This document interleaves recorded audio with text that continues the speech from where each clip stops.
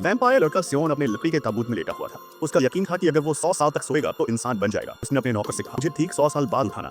नौकरों ने ताबूत बंद कर दिया। समय बीतता गया और 100 साल पूरे होने से एक दिन पहले जेनी नाम की लड़की को वो अजीब ताबूत दे। जिज्ञासा में उसने उसका ढक्कन खोल दिया। अचानक इतने सालों से सो रहा वैम्पायर जाग गया। उसकी आंखें खुली और वो उठकर बैठ गई। ये देखकर जेनी डर के मारे पीछे गिरी। कमरे में रखी मोमबत्तियां अपने आप जल उठी। चिमनी में आग लग गई और पूरा कमरा रोशनी से भर गया। सियोन ताबूत से बाहर निकला। जेनी डरकर पीछे हटने लगी और बोली, पास मत आना। लेकिन सियोन खुश होकर मुस्कुरा रहा था। उसे लगा कि वो अब इंसान बन चुका है। जेनी को लगा कि वो कोई पागल है और उसने उसे भगा देना चाहा।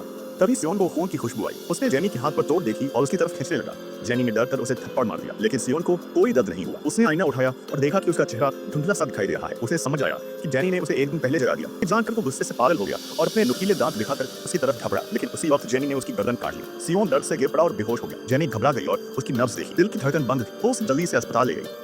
डॉक्टरों ने बहुत कोशिश की, लेकिन आखिर में उसे मृत घोषित कर दिया। जेनी सदमे में थी। तभी उसके मरीज के खून की खुशबू सियोन तक पहुंची। उसकी आंखें अचानक खुल गईं और वो भूखा होकर उस मरीज की तरफ बढ़ा। डॉक्टर ठीक उठे जब उन्होंने उसे फिर से जिंदा देखा। जेनी ये सब देखकर और भी परेशान हो गई। बाद में सियोन उसका पीछा करते हुए उसके घर पहुंचा और बोला, तुमने मुझे जल्दी जगा दिया। मैं शांति से सो रहा था। अब मैं हमेशा के लिए वैम्पायर रहूंगा। लेकिन जेनी को अभी भी यकीन नहीं था कि वो सच में वैम्पायर है। सियोन ने दांत दिखाने की कोशिश की, पर वो बिल्कुल नॉर्मल लगे। जेनी ने उसे बेवकूफ समझकर दरवाजे से बाहर धक्का दिया और बोली, तुम बदतमीज हो, मेरा फायदा उठाना चाहते हो, और दरवाजा बंद कर दिया। अगले दिन जेनी उसे इंसानी खाना खिलाने लगे। खाने की खुशबू से सियोन रोक नहीं पाया और खा लिया। उसे समझ नहीं आया कि ये कैसे मुमकिन है, जबकि वो तो सिर्फ खून पी सकता था। धीरे धीरे दोनों साथ समय बिताने लगे। सियोन को समझ आया कि इंसान बनने के लिए न तो 100 साल की नींद चाहिए और न ही कोई चमत्कार। असली राज था किसी का सच्चा अपनापन और प्यार। जब उसे जेनी का सच्चा प्यार मिला, तभी उसने इंसानियत को महसूस किया।